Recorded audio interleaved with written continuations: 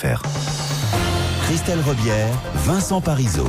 L'invité de RTL Midi. Et l'invité est Pascal Terrasse, bonjour. Bonjour. Vous êtes député de l'Ardèche, secrétaire national du PS à la protection sociale. Vous suivez l'ensemble de ces dossiers sociaux et notamment celui de la formation professionnelle pour lequel patronat et syndicats débutent aujourd'hui une grande négociation pour réformer le système. J'ai envie de dire, encore ? Parce qu'il y a eu 2 réformes. La dernière, c'était en 2009. On pourrait peut-être attendre qu'elles se mettent en place vraiment et qu'elles donnent leurs résultats, ces réformes. Il faut bien voir que ces dernières années, il y a eu de nombreuses réformes. D'abord celle de 2004 qui a donné un pouvoir aux organisations professionnelles dans la négociation avec les entreprises. 2009, c'est un premier pas vers l'individualisation de la formation. Et c'est une loi d'ailleurs qui a été votée à l'unanimité de l'Assemblée nationale, les partenaires sociaux s'étant entendus. 2013, on va plus loin dans l'individualisation avec un compte individuel de formation. Donc on avance petit à petit. Il faut bien voir que derrière ce sujet, quand même, il y a beaucoup d'argent. Il y a plus de 30 milliards. 32 milliards, moi je trouve ça proprement hallucinant. 32 milliards d'euros que versent les entreprises, donc 32 milliards, plus pas l'État. seulement. Alors voilà, vous avez pour 13 milliards d'euros environ les entreprises, vient ensuite l'État, vous avez Pôle emploi, les collectivités territoriales, les régions, les départements quelquefois. Si on fait 3 réformes en 10 ans, c'est quand même que le système fonctionne pas bien. On est bien d'accord. Je pense que l'argent de la formation doit aller vers la formation. Il vaut mieux d'ailleurs faire en sorte que les gens soient en formation qu'au chômage. Ça, c'est vraiment un thème qui est très fortement porté par, évidemment, les partenaires sociaux, mais aussi par le gouvernement. Michel Sapin dit qu'il vaut mieux se former que chômer. Et moi, je suis dans cette perspective-là aussi. Mais quand même, il y a un vrai problème avec le chômage. 32 milliards d'euros, un chômeur sur 5 seulement qui bénéficie d'une formation. C'est le problème évident. Près de 12,5% des chômeurs ont accès en réalité à une formation professionnelle. C'est pas suffisant. Aujourd'hui, qui bénéficie de la formation professionnelle? C'est d'abord les cadres et pas les gens qui sont éloignés de l'emploi. Ceux qui sont les plus éloignés de l'emploi, malheureusement. Pourquoi ?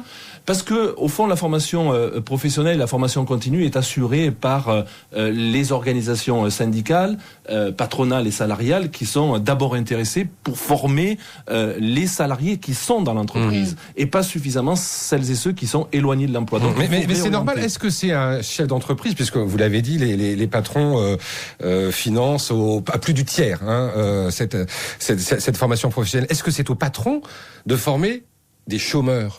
Non, c'est pas aux patrons. Les patrons, en tout cas les entreprises... Financer la formation des chômeurs. Oui, on est bien d'accord.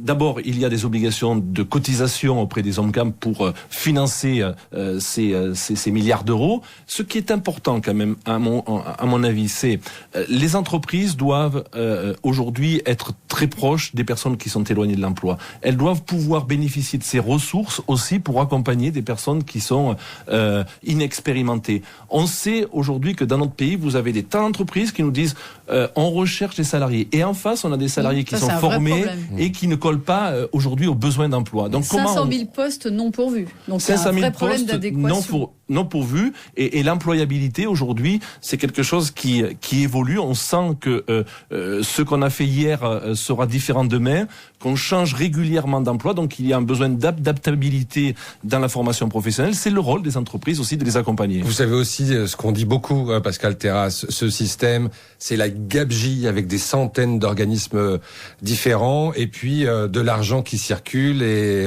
dont on ne sait pas forcément très bien où il termine.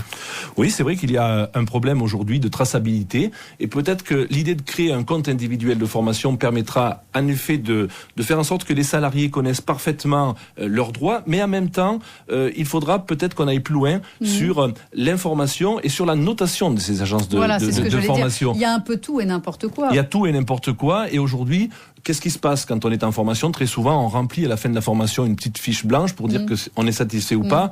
Puis cette fiche blanche, elle disparaît. Peut-être qu'il faudra créer un portail national Internet pour dire, ben voilà, il y a là des formations sérieuses. Vous avez des formateurs qui sont qualifiés et à côté, vous avez, comme on dit chez nous, des margoulins, des gens qui profitent de ces sommes et qui les utilisent très mal en réalité. Et vous pensez franchement que les syndicats qui gèrent le système aujourd'hui vont vous laisser les clés? Vous avez compris que derrière ce débat aussi se profile le financement des organisations syndicales, que ce soit les organisations salariales et patronales. Donc il faudra inévitablement associer à ce débat sur la formation professionnelle le financement de nos organisations professionnelles dans le pays. Merci Pascal Terrasse. Merci. Bonne journée. Dans un instant, on sort sur l'info.